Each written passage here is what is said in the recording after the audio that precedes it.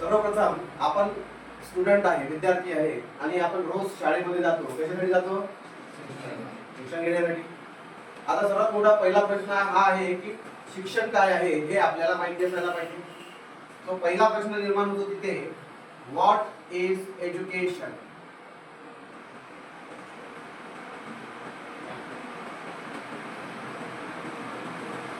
काय आहे शिक्षण म्हणजे?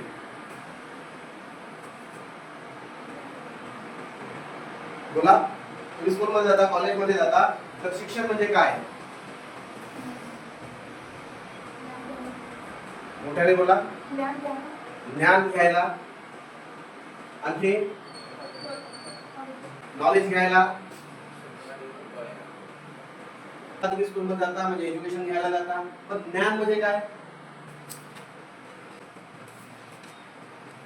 ज्ञान म्हणजे काय? ज्ञान घेता म्हणजे काय घेता तुम्ही? एक ज्याचं आपण एज्युकेशनला बघूया. तुम्ही स्कूलमध्ये जाता एज्युकेशन घ्यायला, म्हणजे एज्युकेशन घेता म्हणजे तुम्ही ज्ञान घेता, म्हणजे नॉलेज घेता. आता नॉलेज घेता म्हणजे काय घेता? आपल्याला आयडियाच नाही आहे. ज्ञान घेतो म्हणजे काय घेतो? एक्झॅक्ट काय करतो आपण? शिक्षण. तेच तर आहे एज्युकेशन म्हणजे शिक्षण. आपल्याला डीप मध्ये बघायचं आहे त्याला. आपण ज्ञान घेतो म्हणजे एक्झॅक्ट काय करतो? चला समजूया. स्कूल मध्ये जाऊन तुम्ही एज्युकेशन घेता, ओके. ज्ञान घेता. कशातून घेता? पुस्तकातून. आता पुस्तकामध्ये काय लिहिलेलं आहे? ज्ञान लिहिलेलं आहे. म्हणजे पुस्तकात काय दिलेलं आहे? ज्ञान दिलेलं आहे. आपली गाडी विचार करण्याची त्याच्या समोर चाललीच नाहीये. ज्ञान म्हणजे काय?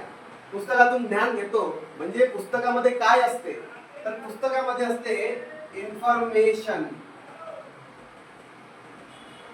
काय असते? इन्फॉर्मेशन म्हणजे माहिती. ती लिहिलेली असते पुस्तकामध्ये. आता इन्फॉर्मेशन म्हणजे काय?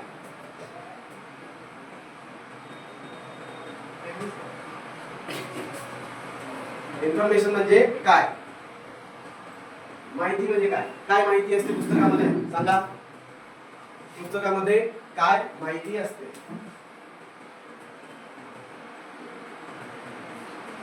हॅलो, समजून आलेलं आहे? तुमच्या स्कूलमध्ये, कॉलेजमध्ये सब्जेक्ट्स असतात वेगवेगळे. Maths, Hindi, English, science, history, geography, chemistry, biology subjects असतात. तर त्याची माहिती त्या पुस्तकामध्ये लिहिलेली आहे. माहिती आहे म्हणजे काय आहे? काय माहिती आहे?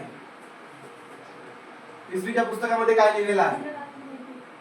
जुन्या काळातली माहिती म्हणजेच काय? जुन्या काळातली माहिती म्हणजे काय? ओके.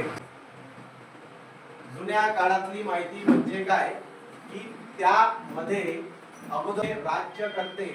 अगोदरच्या काळामध्ये राज्यकर्ते कसे राज्य करायचे, कशा पद्धतीने राज्य चालायचे, त्या सगळ्या पद्धती या इतिहासामध्ये आपण शिकत आलेलो आहे.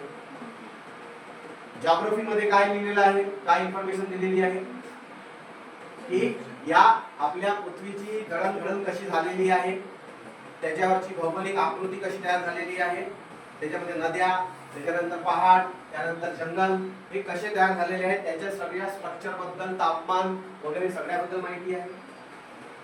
सायन्स मध्ये काय इन्फॉर्मेशन दिलेली जाते? कोणती गोष्ट कोणत्या पद्धतीने होते, वाऱ्याचा वेग कसा असतो, केमिकल्सचे ऍक्शन रिएक्शन कसे होतात. बायोलॉजी मध्ये शरीराची वाढ, वनस्पतींची वाढ कशी होते, याबद्दल माहिती लिहिलेली आहे सगळी. आणि हीच माहिती तुम्हाला पुस्तकामध्ये देते. आता ही माहिती म्हणजे काय आहे? कोणत्या गोष्टी कशा होतात हेच दिलेलं आहे पुस्तकामध्ये. मॅथमॅटिक्स मध्ये सुद्धा एक प्रॉब्लेम असतो, त्याचं सोल्युशन कसं दिलेलं आहे तेच आहे. म्हणजे हे सगळी माहिती म्हणजे काय आहे? कारण आहे. काय आहे? कारण. आणि त्यांना आपण म्हणतो रिझन्स. कोणती गोष्ट कोणत्या कारणामुळे होते हे कारण शोधण्यासाठी आपण पुस्तकं वाचतो आणि ते समजतो आपण. वाचलं तरच ज्ञान येते, नाही तर नाहीये. त्यामुळे पुस्तकं वाचणं आवश्यक आहे. आता विविध रिझन प्रत्येक विषयामध्ये आहेत. आता हे प्रत्येक विषयाचे रिझन त्या प्रत्येक पुस्तकामध्ये आहे. तर आता हे रिझन्स आहे म्हणजे हे खरे आहे की खोटे आहे? त्याला कोणी खोटं बोलू शकते का? की तुम्हाला स्कूल कॉलेजमध्ये पुस्तकामध्ये लिहिलं त्याला कोणतं एखादं तरी कारण त्याच्यामध्ये खोटं आहे असं आहे का? सगळे खरे आहे. सत्य कारण, हे जे सत्य कारण आहे, खरे कारण पुस्तकामध्ये तुमच्या एज्युकेशन मध्ये दिलेले आहे, त्या पुस्तकामध्ये दिलेल्या अकॅडमिक बुक मध्ये. आणि हे खरे सत्य कारण यांना म्हटल्या जाते फॅक्ट्स. काय म्हटलं जाते? फॅक्ट्स. सत्य कारण याला म्हटले जाते फॅक्ट्स. म्हणजेच आपण स्कूल कॉलेजमध्ये जातो तर आपण एज्युकेशन घेतो म्हणजेच नॉलेज घेतो. नॉलेज घेतो म्हणजेच काय घेतो? माहिती घेतो. माहिती घेतो म्हणजेच काय करतो? त्यातले कारण जाणतो. आणि कारण जाणतो म्हणजेच काय? त्यातले सत्य कारण जाणतो. म्हणजे त्यांचे फॅक्ट कोणत्या गोष्टी कोणत्या पद्धतीने होतात हे खरे फॅक्ट्स आपण जाणतो. आणि हेच आहे एज्युकेशन. आणि म्हणूनच एज्युकेशनची व्याख्या, डेफिनेशन ते आपल्याला काय आहे ते सुद्धा माहिती करायला पाहिजे. काय होऊ शकते एज्युकेशन म्हणजे? तर एज्युकेशन म्हणजे काय? तर त्याची डेफिनेशन, त्याचं उत्तर म्हणजे काय ते जरा आपण बघूया.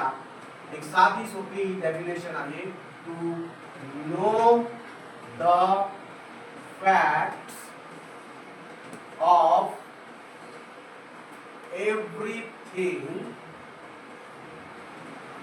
Is called education. तर हे आहे उत्तर शिक्षणाचं. To know the facts of everything is called education. प्रत्येक गोष्टीच्या मागचं जे कारण आहे ते शोधणं म्हणजे तेच एज्युकेशन आहे. आणि ते एज्युकेशन घेण्यासाठी तुमच्याकडे पुस्तका दिलेल्या आहेत. त्या पुस्तका तुम्हाला वाचायला हव्या, तुम्हाला शिकायला हव्या. आणि जर का पुस्तकं नाही वाचले तर तुमचं एज्युकेशन अपूर्ण आहे, अर्धवट आहे. लक्षात ठेवा. तेव्हा तुम्हाला प्रत्येक विषयाची माहिती होणार आहे. तर हे आहे प्रत्येक गोष्टीचं कारण माहिती करणे, त्यालाच एज्युकेशन म्हणतात. आणि विद्यार्थी म्हणून तुम्ही एज्युकेशन घेणं आवश्यक आहे, कारण तुम्हाला समोर जाऊन त्याचे फायदे होणार आहे. आज या जगामध्ये प्रत्येक गोष्टीचं एज्युकेशन आहे. आज तुम्ही जसं आता पैसे कमवणं, जॉब करणं, बिझनेस करणं, या प्रत्येक गोष्टीसाठी एज्युकेशन लागते. आता एज्युकेशन म्हणजे साधं एक, जसं सपोज आता एखादा मेकॅनिक असतो गाडी सुधारणारा. गाडी सुधारण्याचं एज्युकेशन कोणाकडे आहे? मेकॅनिक कडे. आपल्याकडे आहे का? आपण गाडी नाही सुधारू शकत. जर ती बिघडली तर तिला रिपेअर नाही करता येत आपल्याला, तर ते एज्युकेशन त्या गाडीला रिपेअर करायचं, बाईकला रिपेअर करायचं ते त्या मेकॅनिक कडे आहे. बरं, तो एज्युकेशन दोन पद्धतीने घेतला जातो. एक थेरॉटिकल पद्धत, दुसरी प्रॅक्टिकल पद्धत. जो साधारण मेकॅनिक असतो तो प्रॅक्टिकल पद्धतीने शिकतो, तर त्याला प्रॉपर माहिती नसते. आणि जे इंजिनियर्स असतात कॉलेजमध्ये जाऊन जे शिकतात ते थेरॉटिकल ॲज वेल ॲज प्रॅक्टिकल पद्धतीने शिकतात. आणि त्यामुळे ते एवढे स्किलफुल असतात. तर एज्युकेशन म्हणजे कोणत्याही गोष्टी, जगातल्या कोणत्याही गोष्टीसाठी आपल्याला जे माहिती पाहिजे, ते ज्ञान, त्याच्या मागचे जे कारण असतात ते लपलेले असतात, ते कारण शोधणे, तेच आहे एज्युकेशन. आणि आजपासून आपल्याला स्वतःला डेव्हलप करण्यासाठी एज्युकेशन घ्यायचं आहे. एज्युकेशन घ्यायचं आहे, पण त्याच्यासाठी आपल्याला पुस्तकं वाचावं लागेल, त्याच्या संबंधाचे त्याचे व्हिडिओज बघावे लागेल. तेव्हाच आपली प्रगती होणार आहे, तेव्हाच आपल्याला कळणार आहे.